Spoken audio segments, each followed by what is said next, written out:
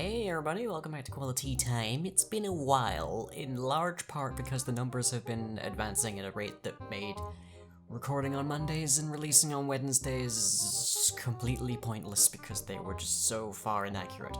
So, by way of things that have developed since the last time I gave you a video, previously I reported that we had 100,000 cases nationally here in the UK, we had about 400 people dead from it, and we had about 3 cases in Middlesbrough, right here, which is roughly 2.1 cases per 100,000 people, to give you some idea of how quickly it's spreading through the population. Now, the latest I can give you, which is literally like the day before you see this video, we are at 250,000 cases nationally, as well as 35 to 45,000 dead. The official numbers don't actually include roughly about 10,000 people who died in care homes because they very foolishly sent people from hospitals that were overflowing into the most vulnerable section of our population.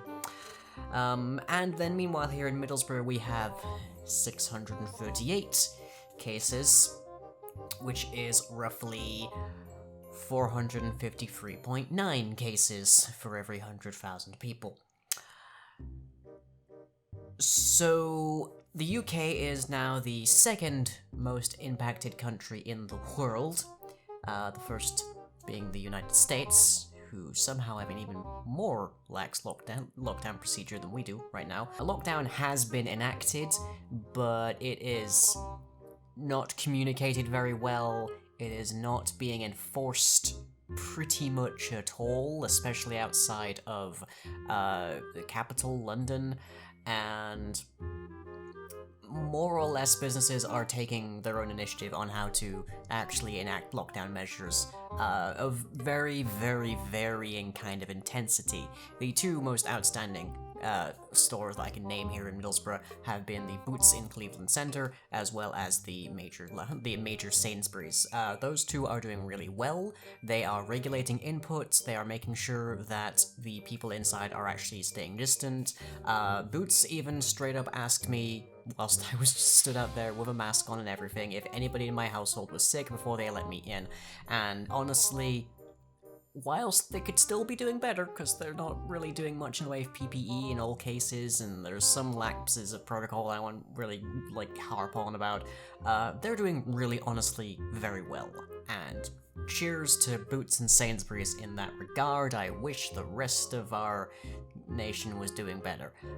There are some masks scattered about the populace as you go out, but there's people being complete idiots and taking them off halfway, just whilst they're outside. There's people who aren't really treating them properly, and of course there's still way too few of them. Lockdown is expected to ease off in the coming weeks because our government is panicking because they're losing money, but this is likely, understandably, to be a colossal mistake, because we're still getting about 2,000 new cases daily at the moment.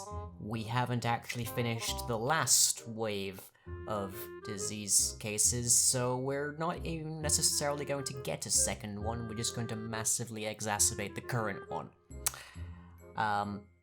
To that end, public schools will also be opening in June again. Every single person in the House of Commons that has children sends them to private schools, not public schools, and those schools are opening in September. You can imagine people noted that quite quickly. Other than that, it is sufficient to say that our government is a complete joke, and it is being revealed as such on a daily basis during this crisis, so hopefully we survive this. It's hard to say, but the Foxden right here is following reasonable quarantine protocol as best we can with minimal as possible excursions outside. Admittedly, that wasn't really a problem for us to begin with, but nonetheless, we are making sure of it now, with as few people as possible per trip, which means I'm very sore because yesterday I had to bring a large crop of groceries home entirely by myself, and oh boy do I feel old. We're also wearing latex gloves when we go out. Those are being discarded the second we get indoors. And then we've also got some cotton face masks, which we wash every time we get back, so they're always ready to go, as well as minimal contamination anywhere else. The masks are in fact hand-sewn. They are handmade. This is the one I made for Fuzz. It is not a spec design. I pretty much winged this entirely. I do have footage of me putting this together. I don't know 100% if I'll put that up in this video or a separate one, if at all, but if you guys want to see me muddle my way through making a functional mask, then let me know, and you can get to see that, I guess. Mine is a different design. I made that one a bit smaller by accident for the most part, but it's functional for just me. These are just being made from old clothing, especially t-shirts, and then used with the sewing machine to actually create something. That and a bit of twine, because I couldn't find elastic anywhere, and pretty much everywhere that sells it around here is closed. Oh well. We probably could get our hands on some more medical grade masks, but given the situation with PPE and there's so little personal protective equipment amongst the people who desperately need it, I really would rather not buy it for just my own personal use, because people need it way better than I do. Even if I did manage to catch this, I will probably still suffer like hell for several weeks, maybe months, but I'd probably still survive. It's not so much clear as to what would happen to any of the essential workers that actually might need it, that would happen if they got it, so I'm just gonna try and quarantine myself, essentially, as it were. I'm gonna try and be exactly as careful as possible as I can be to avoid getting it in the first place, and hopefully that's enough.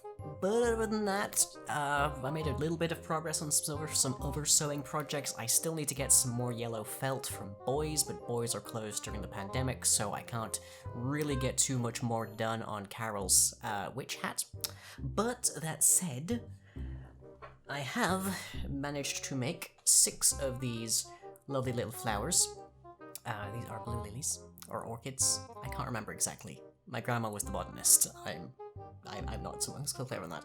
And these are glass containers with craft resin in the bottom here, simulating water as well as making sure these flowers stay put. I don't think I got the mixture quite perfect. If you're a patron, you got to watch me pretty much make this like on camera for the very first time. I have never used craft resin before. I can now vouch it gets basically everywhere no matter what you do with it. But there's that. So I'm probably going to hand out a few of these to relatives. So for instance, my dad, my aunt, my granddad, who survived her. So Carol can it's a nice keepsake for her, honestly. So, you know, they might enjoy it. I have 6 of these. I only needed like maybe 2 or 3, so I can hand some of these out. They're not the best of quality. Maybe my next batch will be better, but we'll have to see how that goes even when I get more supplies. I still have like glass vials, I still have a whole ton of craft resin, but I would need to order more flowers. But still, they're a nice first attempt, I would say. Very good. Worked out decently well. It showed me the error of my procedures and all sorts, and that's fun. It's nice. A lot of people are getting into new things just whilst they're stuck at home and whatnot at the moment.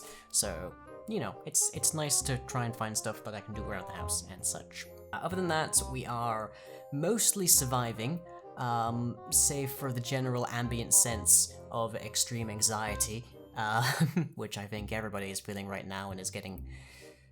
a lot of people who are not very accustomed to anxiety are feeling a lot of anxiety right now, and hopefully my content is helping stave that off a little bit. I've been putting up the VODs on the main channel with surprising success, actually. I'm kind of amazed at how much of a viewership those have gotten. I've been trying to put them up around, like, early morning so that people have something to watch when they get up that isn't news. And surprisingly, they've been getting decent reviews. That's that bewilders me, because VODs don't tend to. But other than that, sleep schedules around here are extremely tenuous. I think I have become pretty much entirely a night owl, so I don't have very much time awake during the day. I've been trying to get more, but there's points where very recently I just legit didn't, my sleep schedule completely evaporated. I couldn't sleep for like over 27 hours. That was fun. But by that point I was extremely tired and able to fall asleep, so yay for that. So yeah, it's bad. It's real bad. And there's no amount of sugarcoating I can give you that would be responsible. So I can only say that it's bad, and the best way we can do is try to make sure that we keep ourselves healthy and safe, and those closest to us as well, and really follow the lockdown. I've pointed this out on Twitter already, but to reiterate, we're functionally in a hostage situation, and there's a lot of people who think that the person holding us hostage is the government, that they want to take some kind of control or whatnot, and that's not actually the case. What's actually happening is the hostage taker is the disease that will kill us if we don't behave properly in the correct ways following lockdown procedure, and your government happens to be the negotiator. And very few countries nowadays have actually pretty decent negotiators, it seems. The UK and the US do not. So our negotiator may get us killed. But in the meantime, we can be good little hostages, and the more well-behaved we are, the sooner that we get to go home. Or not, as the case may be, I guess. This analogy is not perfect, I grant, but that's basically it. The fastest way out of lockdown is to comply with lockdown, because the more heavily and firmly that we comply with social distancing, with wearing masks, using gloves, avoiding contact and whatnot, the faster the disease will be isolated, and the sooner it will burn itself out of the population. That will still involve casualties, make no mistake.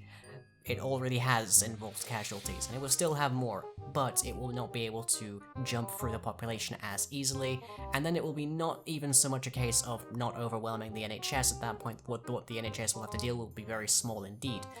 So yeah, just stick to protocol, follow the lockdown, behave in the strongest lockdown protocol you possibly can. Don't care what your local ordinance has decreed, just follow the lockdown, and we will get out of this as quickly as possible if we all do that. But that's the state of affairs. Here's what's coming up this week. On Wednesday night at 9 PM GMT, we have a bonus stream where we're going to be doing a little bit of nail painting. And then on Thursday at 9 PM GMT, we have more Midnight with Monster Hunter World, attempting to deal with this very fungal Valhazak. And on Friday at 9 PM, we have more Friday Night with Bioshock Remastered, and our small cadre of security friends. Then on Saturday at 7, we have more Dungeons & Dragon hats, and the healer's dead. And we're lost in the dungeon. What now? Followed of course at 9 with the carousel. And lastly for the week, on Tuesday at 9 we have more building blocks as we continue to fine-tune the code for the changeling hives. And videos you might have missed. Okay, there's a lot. Just check the channel. There's a lot. And as ever, onto the questions. And I feel like there's probably more than usual, but they weren't on the last video, so I can only guess.